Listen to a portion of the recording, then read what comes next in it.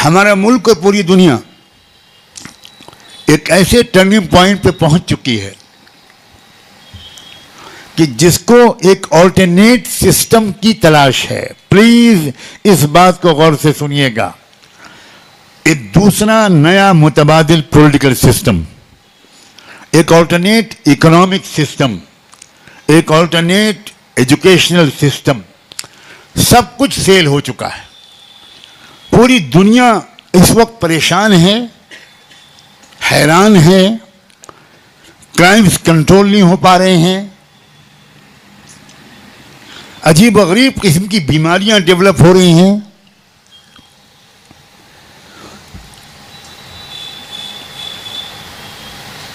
Economic system totally فیل ہو چکا ہے.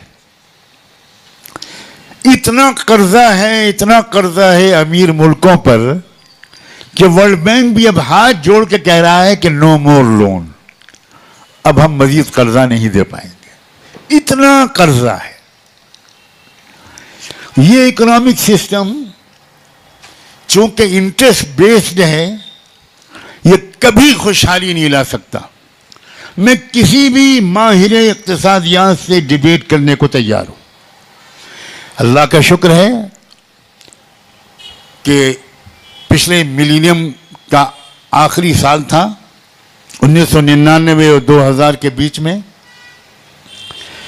اقوام متحدہ UNO نے ورلڈ پولیٹیکل لیڈرز کی ایک سمٹ بلائی، اور اس کے بعد اس کے اگلے ہفتے دنیا بھر کے اسپریچول اور ریلیجس ہیڈز کی ایک سمٹ بلائی. ایک عجیب و غریب اتفاق سے میرا نام اس میں آ گیا.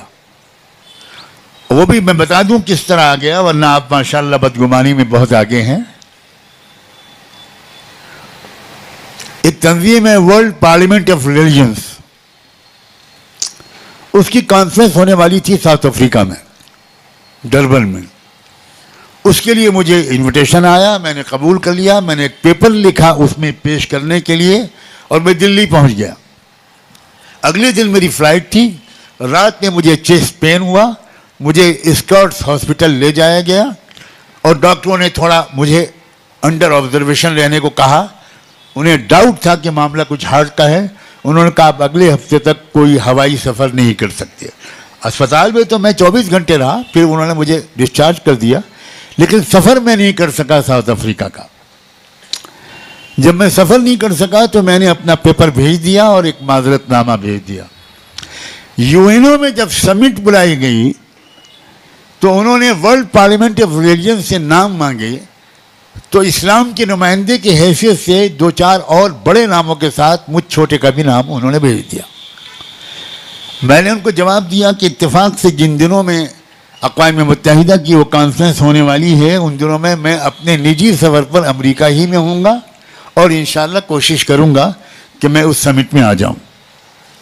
میں وہاں کے علماء کے مشورے کے بعد اس سمٹ میں چلا گیا، اور حسن اتفاق یا سوء اتفاق کہ اسی ہوٹل کے اسی کمرے میں ٹھہرایا گیا جس میں پچھلے ہفتے پولیٹیکل ہیڈز کی سمٹ کے موقع پر مسٹر اٹل بہاری واجپئی ٹھہرائے گئے.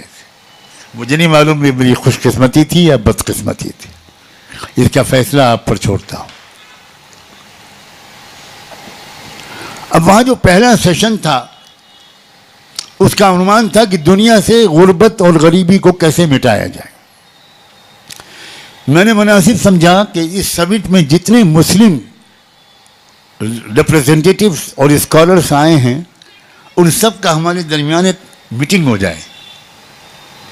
میں نے اپنے کمرے میں بلا لیا، 16 لوگ تھے، اور طے ہوا کہ پہلے سیشن میں اسلام کی نمائندگی کون کرے گا، دوسرے میں کون کرے گا، تیسرے میں کون کرے گا. 3 دن کی سمٹ تھی. تو پہلا سیشن تھا غریبی کو مٹانے کا. تو میرے بارے میں طے ہوا کہ آپ کریں گے. اس میں عرب علماء بھی تھے، ایک ٹرکش ممبر پارلیمنٹ بہن آمینہ بھی تھیں. میں نے رات میں کچھ تیاری کی کمپیوٹر پر بیٹھ کر، اور اگلے دن میں اپنی باری پر خطاب کرنے کے لیے پہنچا.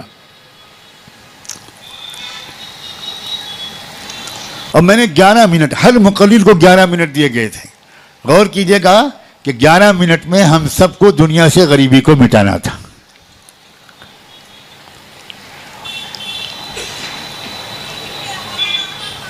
تو میں نے 10.5 منٹ میں اپنی بات ختم کر دی.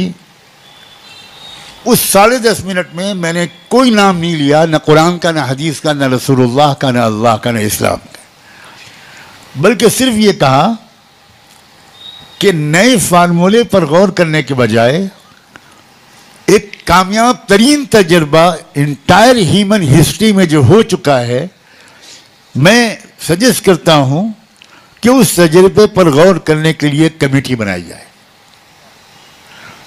اور میں نے اس رسول اللہ صلی اللہ علیہ وسلم نے جس طرح غریبی کو دور کیا تھا، اسلام اور حضور کا، قرآن کا نام لیے بغیر، میں نے اس کو کچھ اپنی ٹوٹی پھوٹی زبان میں ایکسپلین کرنے کی کوشش کی.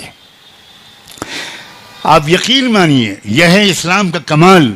کاش کہ ہم سچے مسلمان ہوں اور ہر مجلس میں اسلام کو پیش کرنے والا حوصلہ اور علم ہمارے پاس ہو. تو جیسے ہی میں اپنی پوڈیم سے ہٹا، کوفی عنان صاحب UN کے سیکرٹری جنرل جو اس کے صدارت کر رہے تھے، وہ کھڑے ہو گئے اور انہوں نے کہا کہ نعمانی صاحب نے پہلی بار ایک پریکٹیکل فارمولہ پیش کیا ہے. میں سجیسٹ کرتا ہوں کہ اگر آپ سب لوگ اجازت دیں تو ان کو دوبارہ 11 منٹ کے لیے بلا لیا جائے. میری آنکھوں میں آنسو آ گئے، کیونکہ واللہ یہ کمال سجاد کا نہیں تھا، یہ کمال اسلام کا تھا. میں واپس آیا، لوگوں نے سب نے کہا یار. اور اب دوبارہ آنے کے بعد میں نے قرآن، رسول اللہ، نظام زکوٰۃ سب کچھ بیان کیا. اور میں نے یہ کہا کہ ایک ہے زکوٰۃ بیسڈ اکانومی اور ایک ہے انٹرسٹ بیسڈ اکانومی.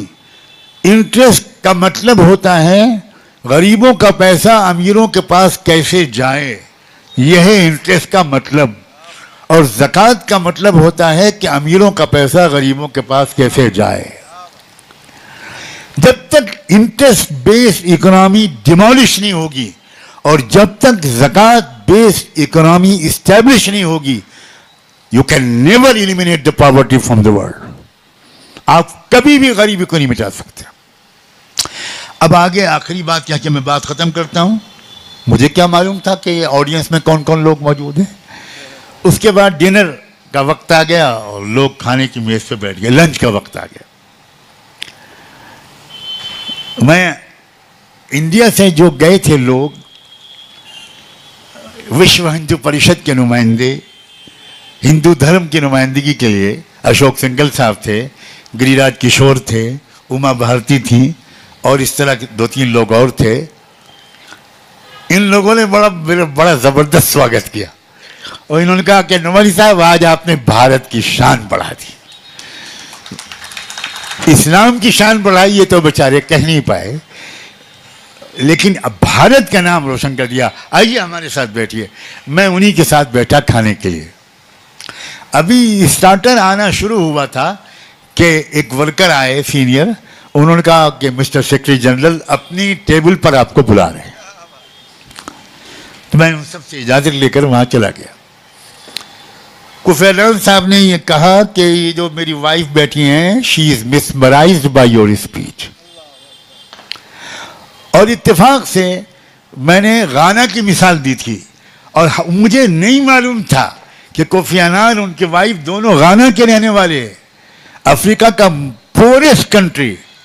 اور میں نے غانا کی مثال دی کہ اگر نیو یارک کا جو بجٹ ہے، جو سرپلس انکم ہے نیو یارک کی، میں نے رات میں کمپیوٹر پر بیٹھ کے نکالی تھی کہ اتنے بلین ڈالر ہے. اگر وہ سرپلس انکم غانا کی غریبی کو دور کرنے پر لگا دی جائے تو 3 سے 7 سال میں غانا ایک ڈیولپ کنٹری بن جائے گا. اب چونکہ تیر نشانے پہ لگا، وہ دونوں غانا کے تھے اور میں نے غانا کی مثال دی، حالانکہ مجھے نہیں معلوم تھا. تو کوفی عنان صاحب نے کہا کہ میں تو بہت بزی ہوں، یہ آپ کی بات سن کر بے چین ہو گئی ہیں، ان کو تھوڑا وقت دیجیے. یہ غانا کی غریبی کو دور کرنے کے لیے آپ سے ایک اسپیشل سیشن چاہتی ہیں. اگلے دن صبح 8:30 بجے میرے کمرے میں وہ آئیں. میں نے آمنہ بہن کو بھی بلا لیا جو ٹرکش ممبر پارلیمنٹ تھی، اور پھر اس کے بعد پورا سسٹم سمجھایا گیا ان کو. بہت ایکسائٹڈ ہو گئیں اور کہنے لگی میں غانا میں UN میں کیا ہوگا وہ آپ لوگ جانیں، میں غانا میں اس زکوٰۃ والے سسٹم کو لاؤں گی. چنانچہ آپ کو خوشی ہوگی، انشاءاللہ ایمان بڑھے گا.